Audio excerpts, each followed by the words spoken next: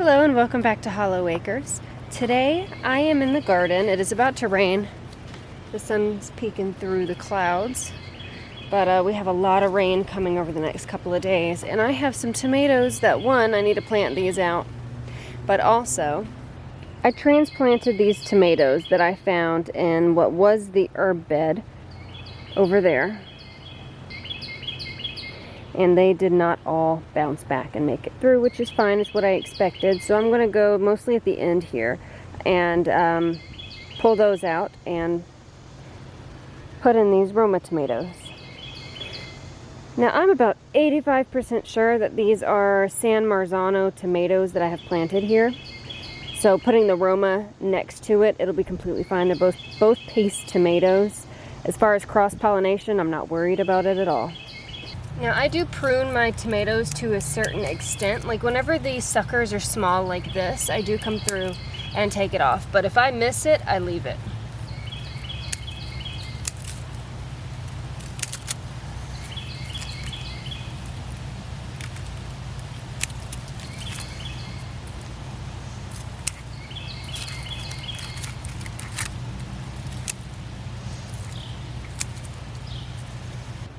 Now they do look a little bare and also still pretty limp, but they are making their way back. Alright, we have 6 tomato plants here. I need to pull up 6 here.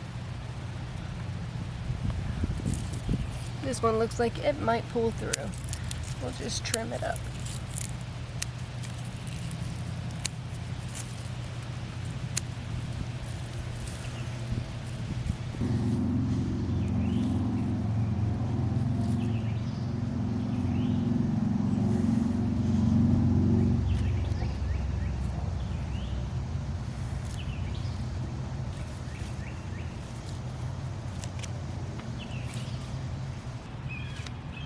Transplanting your tomato plants is super easy.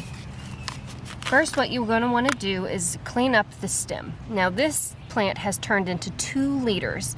So what a leader is basically the stem that is going to be putting off the fruit. Here we have 2 on this one. Whereas on this one we have 1 main stem. Right here you see on the edge, we're going to clean that off. We don't really need that. And right here we're going to pop off all the lower leaves because we are going to plant this tomato plant really deep. And the reason that we do that is to ensure a good healthy root system. Your tomato plant on these nodules will be putting off a bunch of roots that will help strengthen the plant.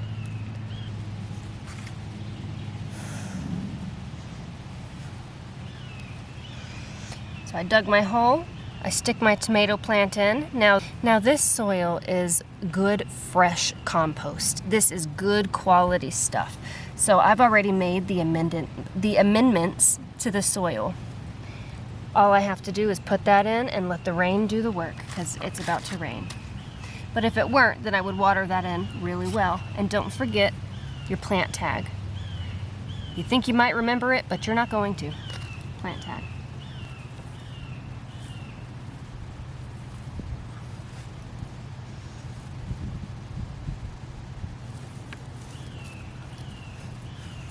I think that this plant will pull through, so I decided to leave it. We have 4 Romas there. And the rest should be San Marzano paste tomatoes. I think we even have tomatoes developing. This bed is going to be completely full in no time, and you won't even be able to see the ugly pool. I also, of course, I need to finish the wall here. I need to get more cuts. I will be going to the sawmill today to be cutting up stuff, hopefully. That might have to wait till Tuesday on account of the rain. But this will be absolutely lovely once it's tall. It's up there, things are growing up it. Here in this bed, I haven't put a trellis up, but I lined the whole back wall with pink ox heart tomatoes. These are a big slicer tomato. I planted way too many of them and I had to put them out, so they have their own bed. So this whole bed, for definitely sure, will be the pink ox heart tomatoes. Last night, I built the frames for these 3 beds going here. Now I realize there's still a lot of crap laying around. Ignore the crap. See the potential, okay? Now I noticed this last night through a flashlight because it was pretty dark whenever I got finished building this bed here. The bed frames are made out of a mixture of repurposed wood and fresh cut lumber. So we've got this angled bed here. And then this, what looks like a coffin to me. Can you see it now? Probably not. It doesn't really show on the camera, but this side is narrower than that side. And that bed there is relatively straight, level, and even. Now Josh made this point to me yesterday, and I had to explain to him just how steep this slope really is. But he says, now those beds are much shorter than that bed. And I said, actually they're not. Because if we come to the front side of this bed, it's very, very shallow. I don't think it's but maybe 10 inches on this side. And I used the trunk pieces because we still need to fill in with sand and clay. So it'll kind of cover over the bed just a little bit, which is why I used the bark pieces out. I just feel like they will rot not as quickly as the other wood. And I didn't want to put that nice, really nice, you know, fresh cut lumber right on that side where I know already that we have to fill in. So that was my choice on that. Here's a log I have to put on the sawmill and cut up.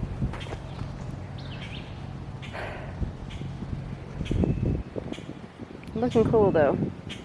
In the middle, I was considering, should I do diamond beds or hexagonal beds?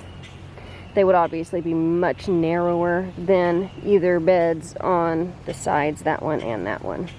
Last night I dug 4 holes here. I was thinking, what would a diamond shape look like here? I'm feeling like the diamond will probably be, I think I added some extra syllables in that word. I think the diamond will be easier to get around on either side. Of course, there's the risk of bumping into the corner and it be sharp, but I just feel like maybe the hexagonal bed would have to be larger? I don't know. What are your thoughts? 3 hexagonal beds in the middle would be pretty cool. So it would be one here, or a diamond, whatever. There's 3 beds going here in the middle, and they're going to be smaller. I don't think it's but 2.5 feet wide. It's not really that big. Let's see. My feet for comparison. So just a small little bed. I'll be putting herbs in. I was thinking one there. Give a walk space, and then here in this walk space be one right in the middle, so you would have to kind of walk around it, so I'm not sure. And then where I just moved the tarp, and then over here there would be one right about here. That's not helpful for you, I realize that. Look how beautiful that is, minus all the water line. Don't look at that. Oh, look at daisies. I should harvest these and make a bouquet. Oh, hello daisies. Oh, they say hello. Beautiful.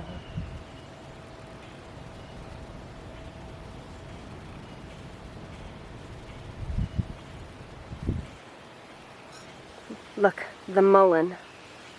The mullein. Taller than me. It's about 5'5", 5'6". That's like a dense head here. It really is. That's cool. That is cool.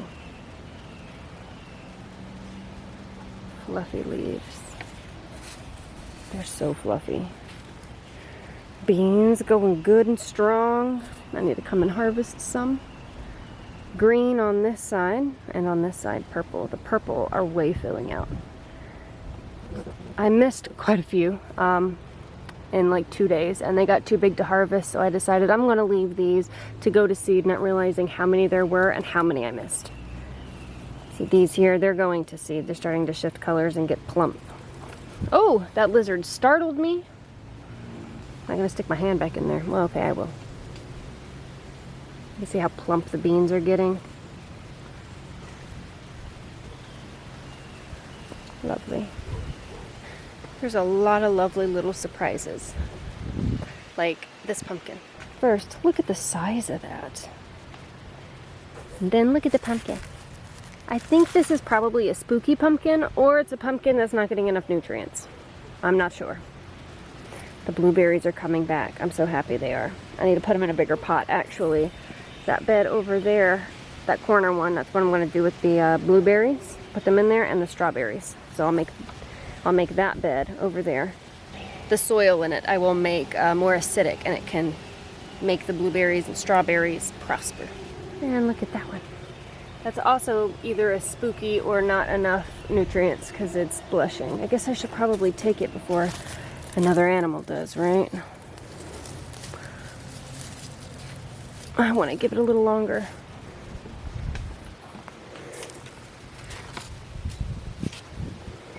The mint survived the transplant. That mint plant right there may not have.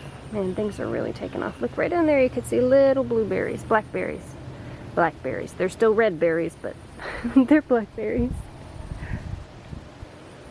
Oh, and there's a big pumpkin, look. Ta-da! I think we have squash borers because this plant was fine 2 days ago. And we got some damage.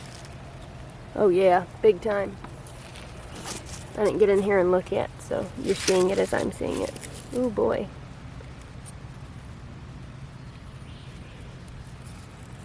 I need to separate off these banana trees. They need more nutrients. Need to separate those off too, because there's a lot of them. Look what I got. I just pulled this out of the ground. It was toppled over. Little tiny onion. But I grew an onion. There's a lot of bees out here. Like a lot. Like a lot. That is all that I have for right now. I'm going to go ahead and end the video, so this should be a really quick one. I want to thank you so much for hanging out with me today. The rains are coming. If it's not here in the next 10 minutes, then I'm going to go ahead and water those tomato plants that I just planted. Any minute now. If you like this video, please hit the thumbs up. Maybe leave a comment down below. And don't forget to subscribe to Hollow Acres Homestead. We'll see you next time.